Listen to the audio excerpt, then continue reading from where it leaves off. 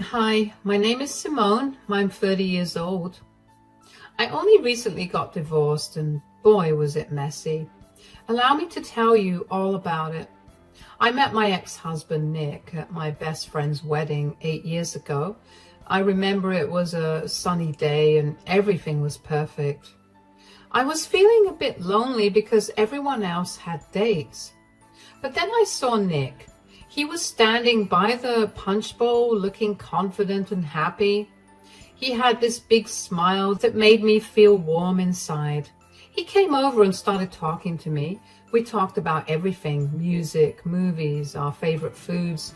It felt like we had known each other forever. He made me laugh a lot and I felt so special. We danced together and it was like I was in a fairy tale. After my friend's wedding, Nick asked for my number. I was so excited. We started going on dates every weekend. Dating Nick was amazing. He made me feel like the most important person in the world.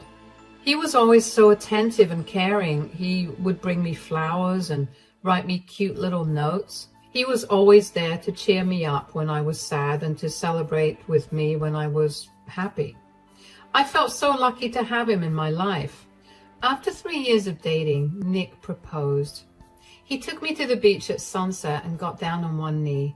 It was the happiest moment of my life. We got married a few months later, and I thought our life together would be just as perfect as our romance had been. Unfortunately, about 3 years into our marriage, Nick started changing. At first, I didn't really notice it. He seemed more distracted and spent a lot of time on his phone or computer. I remember one day I asked him what he was doing and he said he was just watching some videos. I didn't think much of it at the time, although in hindsight, I probably should have asked him more about it. I'm saying that because over time he started making strange comments. He would say things like, "A real man should get what he wants," or "Women need to look good for their men." I didn't understand where this was coming from. Nick had never talked like this before. It got worse when he started hanging out with some new colleagues from work. They were a rough crowd, always making crude jokes and talking down to women. Nick seemed to pick up their habits. He would scoff whenever he saw a woman having any sort of agency in the movies and TV shows we watched. He would force me into talking about gender politics with him. He'd tell me about how a woman's worth was only tied to her looks and how a woman's place was only in the kitchen. Of course, I was beyond uncomfortable. I did my best to talk to him about why his views were damaging and offensive, but that seemed to only fuel his opinions. He'd call me a typical snowflake feminist for having opposing views. Over time, that hatred towards women transformed into hatred for me. It started off small at first. He started coming home late and would be in a bad mood. He wouldn't even acknowledge me when he got back home, let alone talk to me. We went from talking every day to only speaking when absolutely necessary. It hurt like crazy to go through that because I was literally blindsided by this huge change in Nick. I didn't say anything because I chalked it up to him having trouble with work and let it go. I mean, whenever I tried to talk to him about his behavior, he would shut down, which is why I never pushed it. But his behavior only got worse over time. One particular day, Nick seemed like he was in an even worse mood than usual. I decided to try and talk to him again just to figure out what was going on, not only with him, but also between us. "How was work, sweetie?" "What is it now, Simone? I had a long day." I didn't say anything. I was only asking you how your day was. "Quit acting. I can tell you have something you want to talk about. You have that annoying look on your face."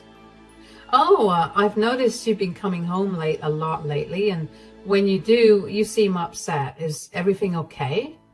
"So now you're keeping tabs on me, huh? You're being really annoying, you know that?" I'm just worried about you. You used to tell me about your day and you used to greet me with hugs and kisses. Now it feels like you're shutting me out. Maybe I don't feel like talking to you anymore. Maybe I have better things to do than listen to your nagging. I'm sorry if I'm bothering you. I just miss how things used to be between us.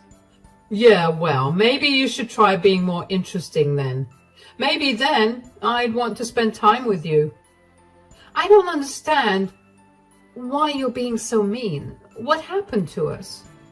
You know what your problem is. You're too sensitive, always looking for problems where there aren't any. Maybe if you weren't so emotional all the time, I wouldn't need to stay out late just to get away from you. I'm sorry you feel that way. I just want us to be happy again. Happiness? You think I'm responsible for your happiness? Grow up. No one's responsible for anyone else's feelings. I see. Well, I'll leave you alone then. Let me know when you're ready to talk.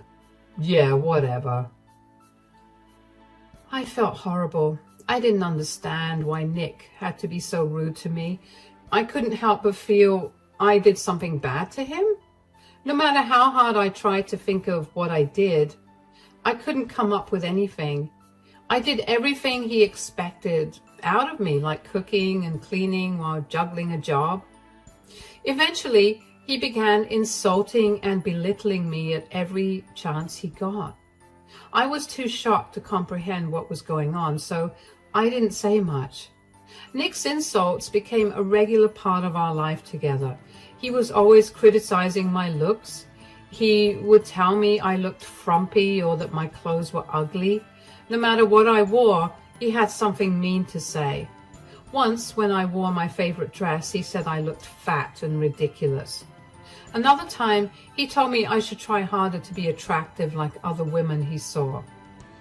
He didn't just stop at my clothes. He also made hurtful comments about my weight. He'd point out women who were thinner and say I should look like them. It hurt so much. And I started feeling really bad about myself. Even when I tried to eat healthier or work out, he would still find something wrong with me. Nick's insults weren't just about my appearance. He'd say I was annoying or that I wasn't trying hard enough to make him happy. His behavior became really hurtful, especially when it came to other women. He would openly flirt with them, even when I was right there. At parties, he would ignore me and spend the whole time chatting with attractive women. He would laugh loudly at their jokes and compliment them on their looks. Once, at a friend's barbecue, he spent almost the entire evening flirting with a young woman, acting like I didn't exist. It made me feel invisible and unwanted. When we were out in public, he would point out other women and make comments like, "Why can't you look like her?" Or, "She really knows how to dress up." It wasn't just occasional. It happened all the time. Even when we were supposed to be spending time together, like on a date night, his eyes would wander and he would make me feel like I wasn't good enough. I know what you're thinking. Simone, why did you stay with that man and not run away? Well, I had my reasons, and yes, they were stupid in hindsight, but at that time, they were very valid. At first, I stayed because I loved him so much. I remembered how wonderful he used to be when we first met. He was charming, always making me laugh and feel special. I kept hoping that the man I fell in love with would come back. I thought if I tried harder and did everything he wanted, things would get better. Another reason I stayed was because I was afraid of what people would think. We had only been married for a couple of years, and I didn't want people to see our marriage as a failure. I worried about what my friends and family would say. They all thought we were a perfect couple, and I didn't want to disappoint them. I also felt very alone. Nick had isolated me from many of my friends. He would make me feel guilty for spending time with them, saying I should be with him instead. Over time, I saw them less and less. And when I felt sad or needed someone to talk to, there wasn't anyone around. I didn't know how to reach out for help. There was also a part of me that believed his words. Nick's constant criticism made me feel like I wasn't good enough for anyone else. He would say things like, "No one else would put up with you." And after hearing that so many times, I started to believe it. I thought maybe he was right and I wouldn't be able to find anyone else who would love me. But most of all, I stayed because of hope. Every now and then, Nick would be kind and I would see glimpses of the man I married. Those moments were rare, but they made me think that maybe things could change. I hoped that if I was patient and loved him enough, he would stop being so mean. One such instance became my breaking point and enabled me to see Nick as the monster he truly was. One evening, after a particularly rough week, Nick surprised me. He came home with a soft smile, which was very, very rare to see. He greeted me happily and asked me how my day was. I will admit I was beyond confused about his change in demeanor at first. "Hi, darling, how was your day?" It was good. Did you have a good day at work too?" "Not really. I mean, there wasn't anything special about it. Why?" "Well, you seem really happy today, and it's been a while since you were like this." The thing is, I was thinking about things today, and I realized that what we really need is a vacation, just the two of us. We need to get away and rekindle our relationship." "Huh? Really? You think so?" "Of course. I mean, it's been a while since we traveled or just hung out with you and me. I know that this will bring our relationship back to the way it used to be." "I will admit that sounds wonderful. I miss the times we used to spend together." "Me too. We've been so caught up with work and everything else. I want us to have some quality time, just like before." "I'd love that. Where do you think we should go? Maybe somewhere with a beach?" "Exactly. Now you're thinking just like me. Picture us walking on the beach, dining at cozy restaurants, just enjoying each other's company. It would be perfect." "It really would be. It's been so long since we did things like that." "But I have a bit of a problem."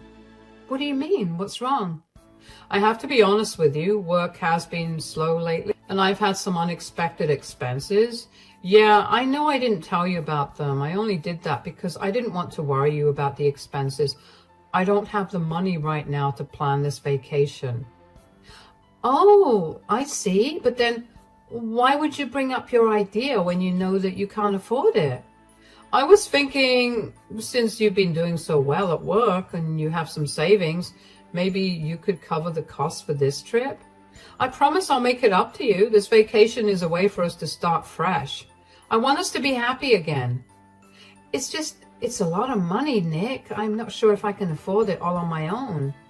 "I know, but I wouldn't ask it if it wasn't important to me. Think of it as an investment in us, in our future together. I want to make things right between us." "I do want things to be better between us." "Okay, let's do it. I'll figure out the finances. We can make this work." "Thank you. You won't regret this, I promise. We're going to have an amazing time together." "Of course. We're going to have an amazing time together. That's what we've always done best together." Despite knowing that we didn't really have the money for a vacation, I decided to make it happen. I started saving every penny I could. I cut back on personal expenses and worked extra hours whenever possible. I even dipped into my savings, telling myself it was worth it for the sake of our marriage. I spent weeks planning the perfect vacation. I researched destinations, found the best deals on flights and hotels, and planned activities that I thought we'd both enjoy.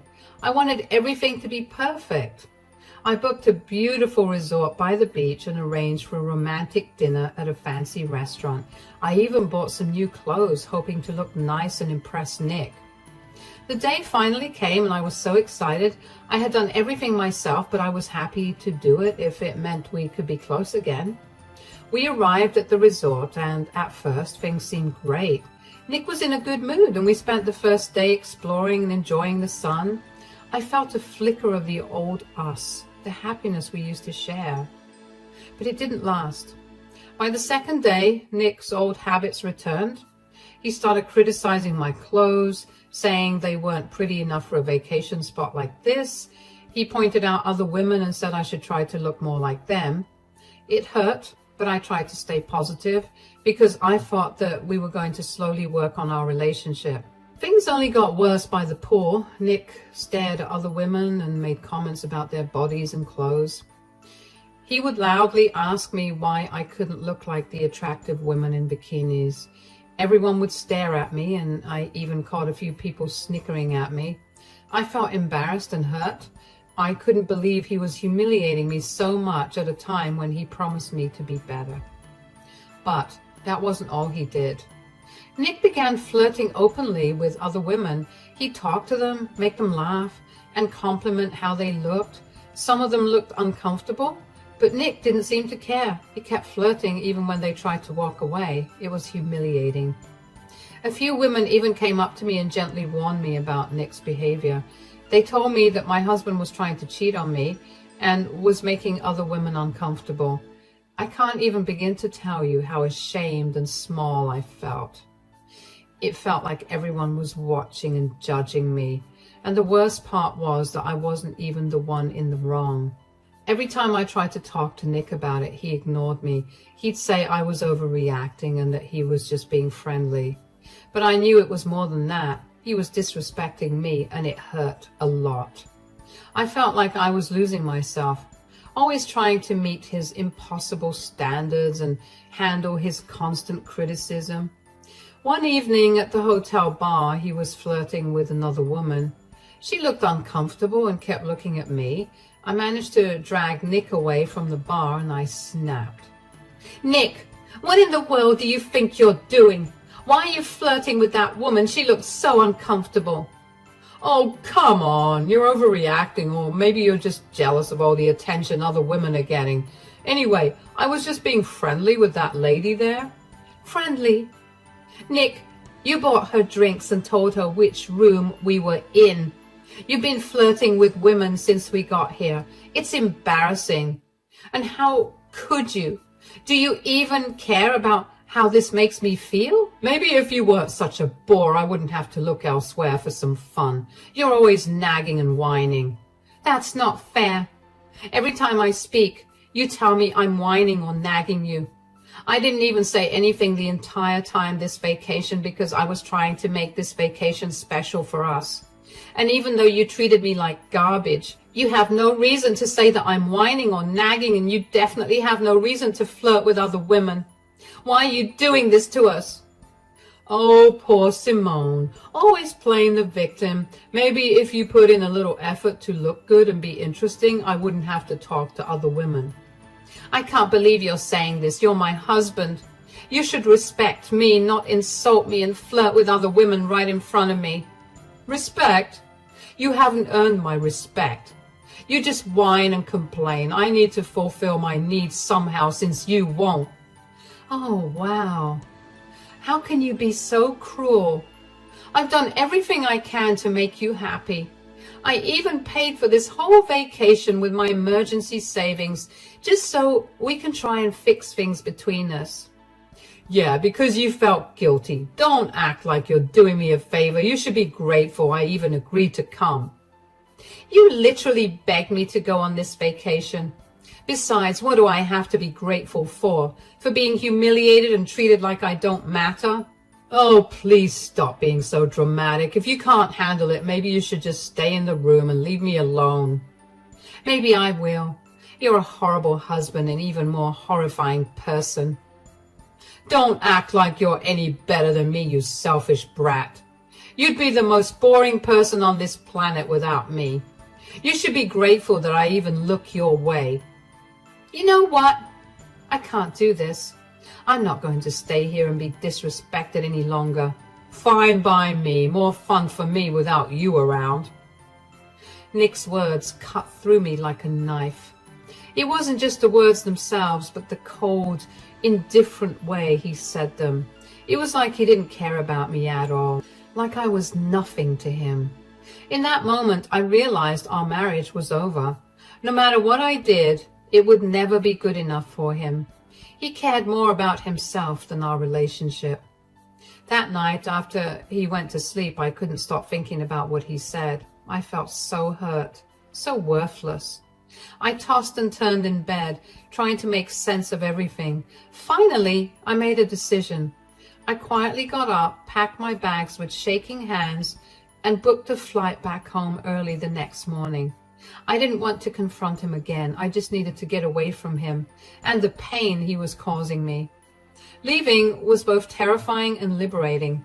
Only after I sat on the plane did I let myself finally cry about the end of my relationship and marriage. I kept replaying Nick's words in my mind, and each time they cut deeper. I wanted everything that happened in the last year to be one big joke. But even if it was, I knew that no joke was worth making me feel the way I felt. I knew that I couldn't stay with someone who treated me so badly, who made me feel so small and insignificant. I also knew that I couldn't let someone who made me feel that way get away so easily. Once I got back home, I immediately canceled Nick's ticket back home. If he wanted to come back home, he could figure his way back without using my money. I also withdrew all the money from our joint account that I had put in, which was more than half of the entire amount. Whatever was left in there was definitely not enough to buy a plane ticket back home, but it was enough to support him for a good week. I also called the hotel to let them know that I had checked out of the hotel and asked them to transfer the charges to Nick's card. The next thing I did was talk to a divorce attorney and start the filing process for divorce. I also contacted all of our family members and told them all that Nick and I were getting a divorce. I outlined all the reasons for the divorce, and I provided them with the proof that I had gathered over the years. Needless to say, nobody was happy to learn about Nick's true nature.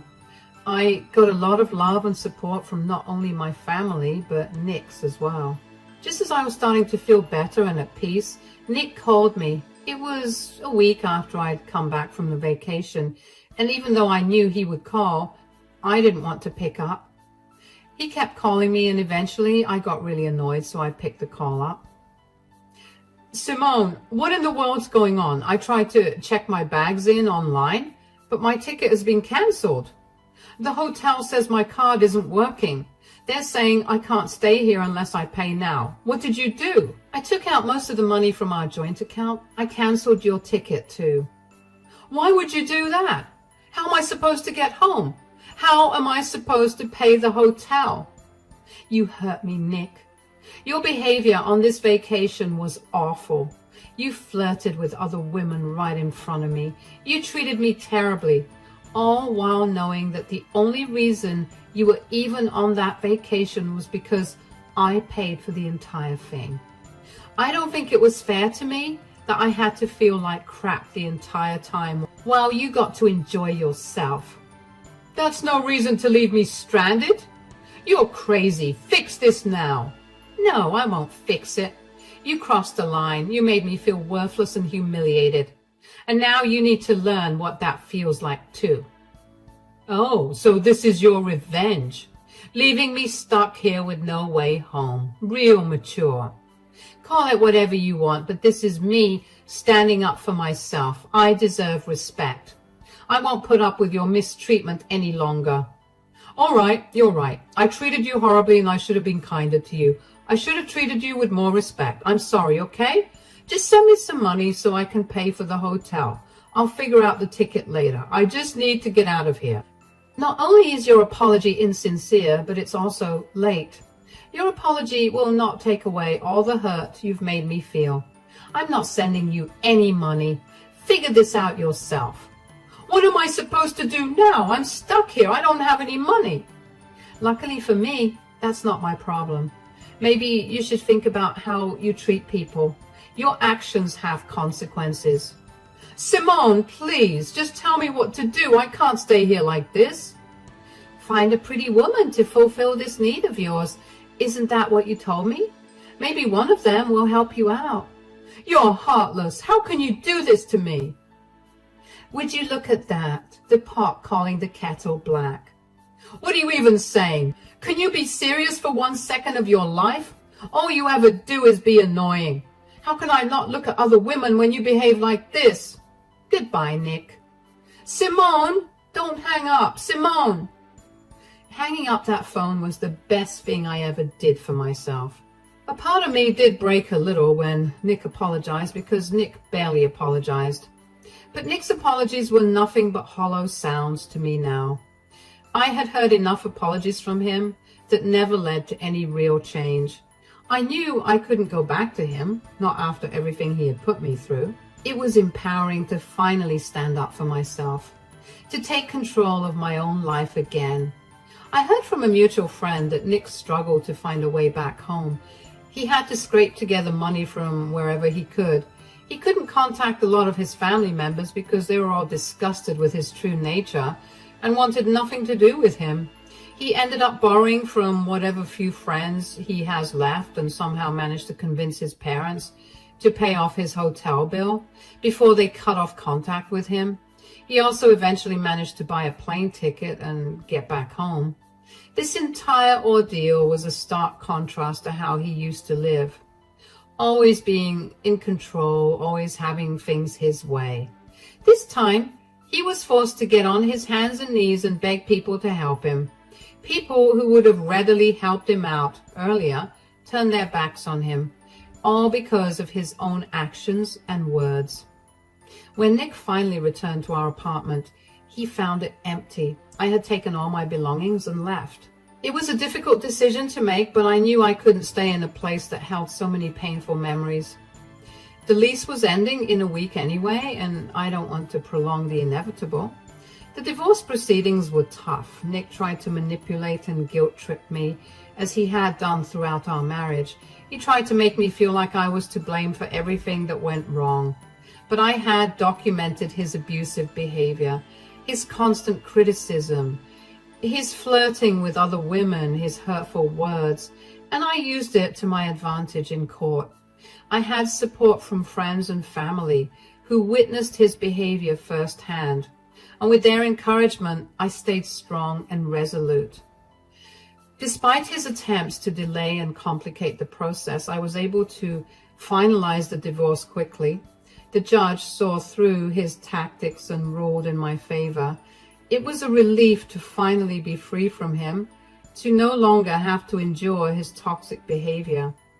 After leaving Nick and finalizing the divorce, my life started to improve in ways I hadn't imagined. I focused on myself, on healing and rediscovering who I was outside of that abusive relationship. I surrounded myself with positive influences, friends who uplifted and supported me. I pursued my interests and hobbies with renewed passion, reclaiming the parts of myself that I had lost during my marriage. On the other hand, Nick's life took a downturn. Without me to support him or enable his behavior, he struggled to adjust. He continued to reach out to me, trying to manipulate his way back into my life, but I remained firm in my decision. I knew I deserved better, and I wasn't going to let him drag me down again. I heard through the grapevine that he faced financial difficulties and struggled to maintain stable relationships. His arrogance and disrespect continued to push those around him away from him. I will admit that seeing him alone and suffering made me feel a bit better. He was finally getting what he deserved for torturing me for years. In the end, leaving Nick was the best decision I ever made. The whole journey to where I am today wasn't easy, but it was necessary for my well-being and happiness. I learned that I'm strong and resilient, capable of standing up for myself and creating a better life. I am grateful for the support and love that helped me through that challenging time, and I'm proud of how far I've come since then.